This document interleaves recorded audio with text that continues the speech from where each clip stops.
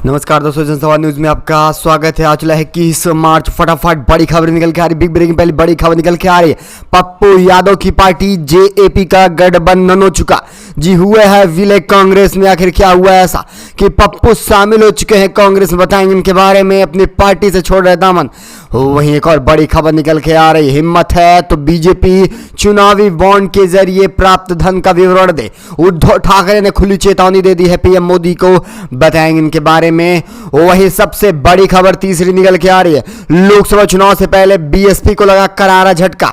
दानिश अली ने थाम लिया कांग्रेस का दामन।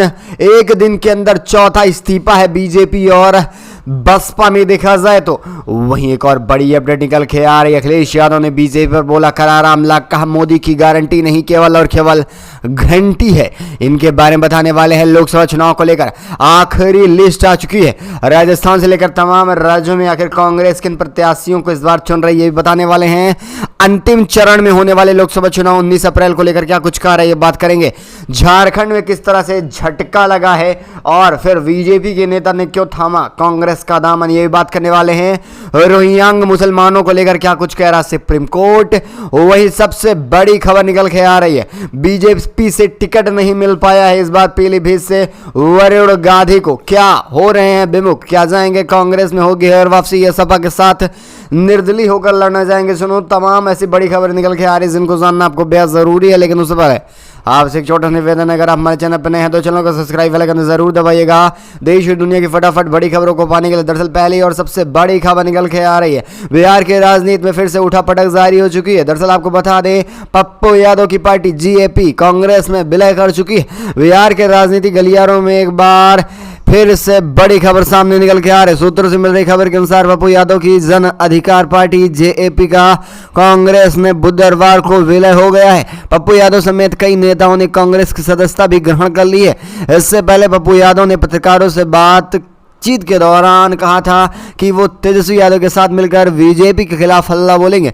बता दें कि मंगलवार की रात पप्पू यादव ने आरजेडी प्रमुख लालू यादव और तेजस्वी यादव से मुलाकात की थी। पप्पू यादव 2014 में आरजेडी के टिकट से जो मेदपुर से चुनाव जीत चुके थे। देखा जाए, पप्पू यादव ने कहा कि कांग्रेस की विचारधारा ने हमेशा उन्हें प्रभावित किया। उन्होंने कहा कि उनकी पार्टी का संघर्ष इतिहास भरा रहा है। राहुल गांधी की तारीफ करते उन्होंने कहा कि वो इस दुनिया के सबसे संघर्षशील व्यक्ति हैं। उन्होंने कहा कि जिन्हें मैं सबसे ज़्यादा पसंद करता हूँ वो प्रियंका गांधी हो या फिर राहुल गांधी क्यों ना हो, इन सब का मैं बहुत सम्मान करता हूँ। इस हिंदुस्तान का अगर किसी ने जीता है तो वो राहुल गांधी है। मैं हमेशा से इस लड़ाई का भागीदार बनना चाहता था। इसके साथ ही पप्पू यादव ने राहुल गांधी के अलावा और कोई रास्ता नहीं दिखा, इसलिए अपनी पूरी पार्टी और अपने बेटे सार्थक रंजन के साथ कांग्रेस का दामन थाम लिए। कांग्रेस अगर बैठक की जाए तो कांग्रेस सर्वश्रेष्ठ रहेगी। उन्होंने कहा कि 2024 और 25 में हम जीतने वाले हैं। ये बड़ी बात कही जा रही है। वैसे आपकी क्या राय है, क्या कांग्रेस में जेएपी के आने के बाद बिहार में बम्पर फायदा हो पाएगा? क्या एनडीए को मुंहतोड़ जवाब, और नीतीश कुमार ने जिस तरह से बगावत की, क्या उन्हें भी मुंहतोड़ जवाब दे पाएगा गठबंधन है या नहीं? अपनी राय कमेंट के माध्यम से देना न भूलिएगा। वहीं एक और बड़ी अपडेट पर चलते हैं। जी हाँ दोस्तों, बड़ी खबर निकल के आ रही है। लोकसभा चुनाव से ठीक पहले आपको बता दें, सांसद दानिश अली ने भी दे दिया है बसपा से इस्तीफा। कांग्रेस का दामन थाम लिया है। लगातार इस्तीफों का दौर शुरू हो चुका है। एक बार फिर आपको बताते चले, लोकसभा चुनाव से पहले दानिश अली ने थाम लिया है कांग्रेस का दामन। लोकसभा चुनाव से पहले कांग्रेस ने एक और खास चेहरा अपनी पार्टी में विमुख कर लिया है। आपको बता दें, कभी बहुजन समाज पार्टी के सदस्य रहे दानिश अली ने बुधवार को कांग्रेस का दामन थामा है और ये बुधवार के तीसरे नेता रहे हैं जो कांग्रेस का दामन थाम रहे हैं। दरअसल आपको बता दें, कल झारखंड में भी माहौल गर्म रहा था, जहां पर बीजेपी के तमाम विधायकों ने खासतौर पर अपने पद से इस्तीफा देकर कांग्रेस का दामन थामा। आपको बताया चले, सभी को डर सता रहा है कि आने वाले समय में परिवर्तन होना तय माना जा रहा है। यही बड़ी वजह है कि अब एक एक करके अपना नाता तोड़ रहे हैं सभी नेता और विधायक, सांसद हो या फिर कैबिनेट मंत्री ही क्यों ना हो। आप सबकी क्या राय है बीजेपी को लेकर? क्या पूरी तरह से 24 में होगी धाराशाही? तो वीडियो को लाइक कर शेयर करिएगा।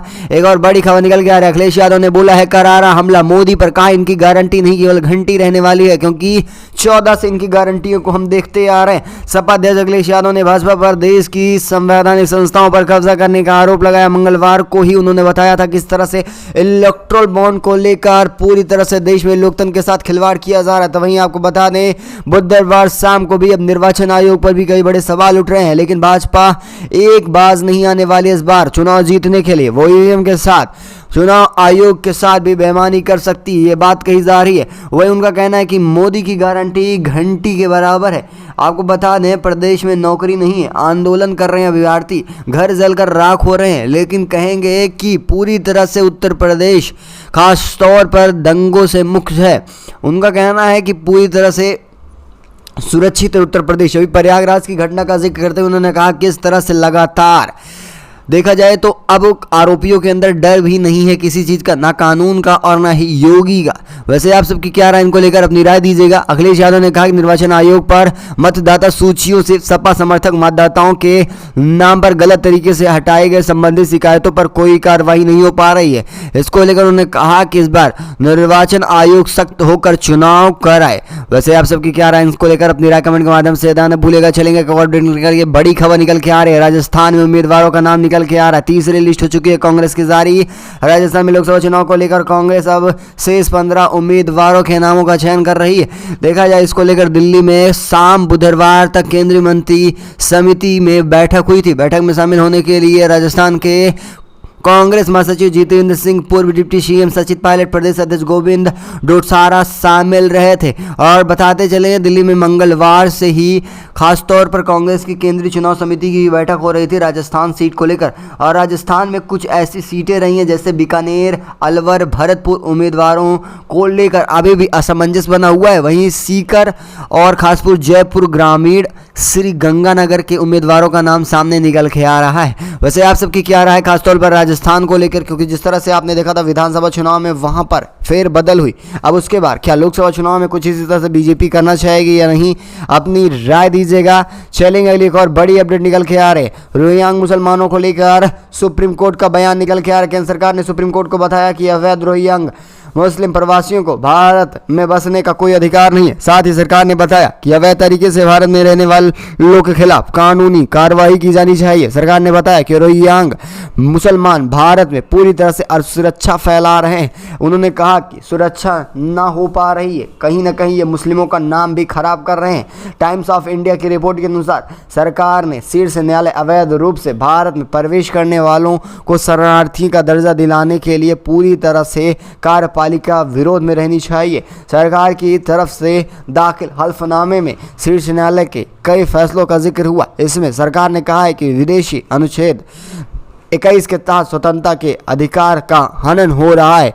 कोई भी शरणार्थी आता है उसे नागरिकता दी जा रही, कहीं ना कहीं रोहिंग्याओं को नागरिकता देना देश को संकट में डालना होगा। अगर आप भी ऐसा मानते हैं तो वो कमेंट कर अपनी राय जरूर बताइएगा।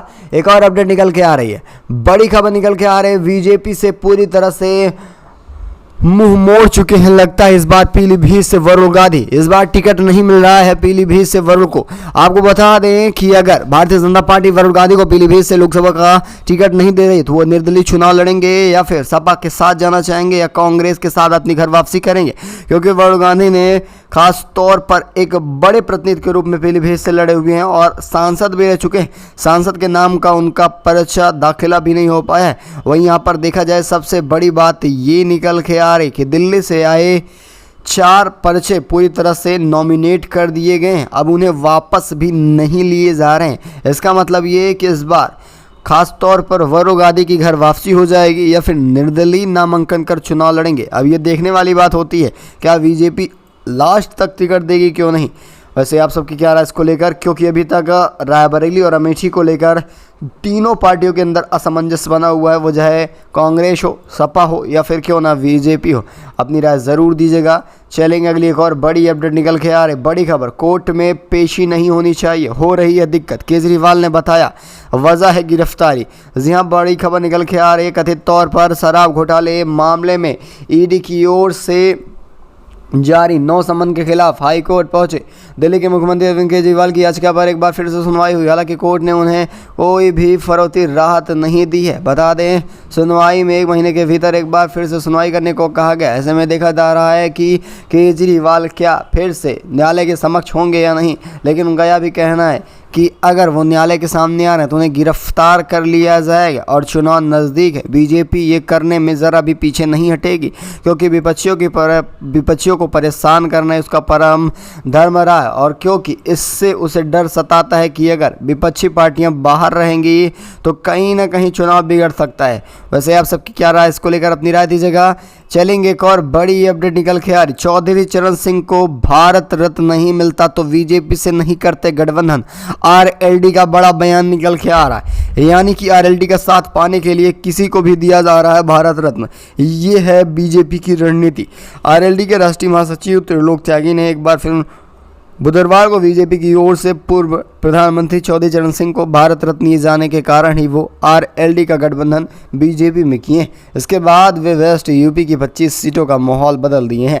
उन्होंने दावा किया कि सभी सीटों पर एनडीए गठबंधन मजबूत होती नजर आ रही और जीत निश्चित है। राष्ट्रीय लोक दल के जिला कार्यालय में एक पत्रकारों से बात करते हुए कहा त्रिलोक त्यागी ने कहा, उन्होंने अगर लोक दल के चौधरी चरण सिंह के सिद्धांतों पर नहीं चलते और यदि उन्हें भारत रत्न नहीं दिया गया होता तो वो बीजेपी का साथ कतई नहीं देते। यानी कि देखा जाए बीजेपी साथ पाने के लिए कुछ भी कर सकती है, वो फिर देश के बड़े से बड़े पुरस्कार क्यों ना हो उसे भी बेचा जा सकता है। वैसे आप सबकी क्या राय, सबको लेकर अपनी राय कमेंट के माध्यम से देना भूलिएगा। इस खास बुलेटिन बस इतना ही, मिलेंगे आपको वीडियो के साथ, तब तक के लिए धन्यवाद। जय हिंद, जय भारत।